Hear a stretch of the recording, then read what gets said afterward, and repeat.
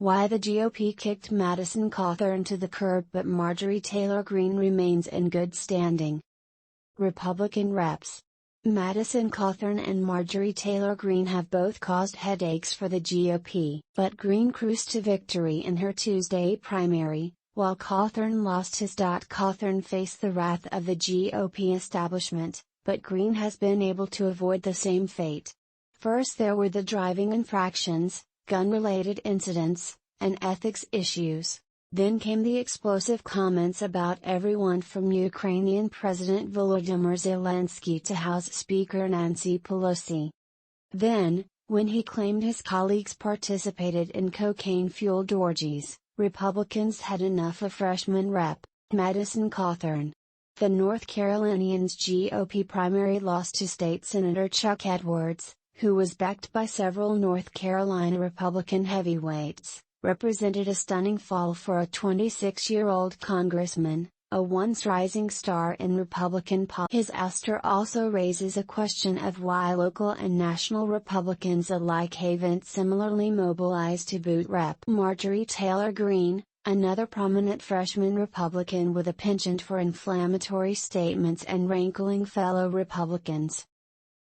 I think both of their reputations are terrible, a member of the Republican National Committee told Insider, requesting anonymity to speak candidly about the state of the party. He made the mistake of directly accusing Republicans of something, the RNC member said of Cawthorn, where she says bad things about whole groups of people, but generally not about other, GOP, Congresspeople. Greene, elected to a safe red district in Georgia in 2020, was removed from her committee assignments shortly into her term 2021 over a series of inflammatory, conspiratorial, and anti-Semitic tweets she posted before holding office and had her personal account permanently suspended from Twitter. And she's gotten into in-person confrontations with her colleagues on Capitol Hill, including one that spurred a Democratic member to move offices. But as the RNC member noted, Greene has tended to lay off her GOP colleagues with some exceptions, such as Rep. Liz Cheney of Wyoming, who's fighting for survival in a primary race set to take place on August 16. More recently, Greene's come under scrutiny for an outburst at President Joe Biden's State of the Union address and for also speaking at a white nationalist conference headlined by Nick Fuentes, who the Anti-Defamation League has described as a well-known white supremacist pundit But on Tuesday night, Greene easily defeated multiple Republican primary challengers with nearly 70% of the vote, facing no coordinated opposition from the Republican Party apparatus in her state. Firstly, Greene had a big financial edge. She established herself as a highly effective small donor fundraiser early on, and has used her platform and fundraising prowess to boost other Republican candidates. She's also joined forces with fellow high-profile House Republican Representative Matt Gaetz to form a joint fundraising committee. So far in the 2022 cycle, she's raised a whopping $9.2 million, spent $6.6 million, and has $3 million in cash on hand. Cawthorn, on the other hand, also made a big splash on social media but failed to match it with similarly prolific fundraising. He only brought in $3.6 million, spent nearly all of it, and has just over $130,000 in cash on hand, less than half of the nearly $325,000 in debt his campaign. Cawthorn still significantly outraised and outspent his challengers, including Edwards, but it wasn't enough to save him in the end.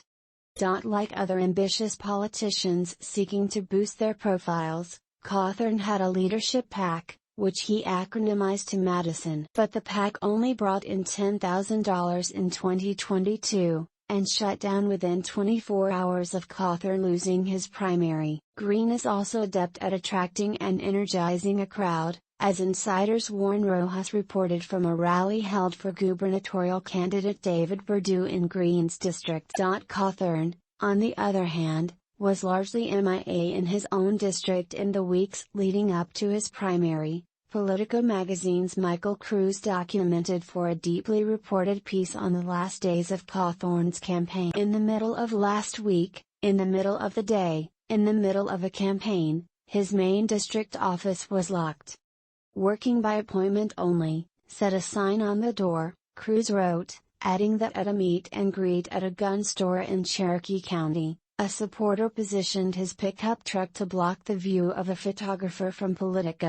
The group that posted a viral sexually explicit video of a nude Cawthorn in bed with another man didn't bother with Greene's race and is now focusing instead on Rep.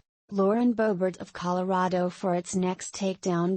MTG, for all her faults and disgusting behavior and the desire on our part to take her down, that's just not gonna happen in that district, ever. David B. Wheeler, a Democrat and co-founder of the American Muckrakers PAC, told Insider.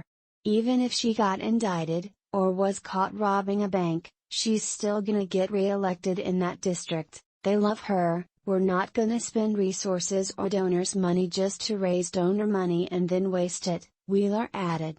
So that's why we're out here chasing Lauren Boebert. While Greene may cause headaches with a considerable degree of frequency for congressional Republican leadership, Cawthorn's ouster became personal for the party establishment, the RNC member explained. It was personal for them to get rid of him, I think, more personal because of the direction he took, the RNC member said, referencing Cawthorn's cocaine orgy comment. And clearly he shouldn't be there in the first place, but neither should she.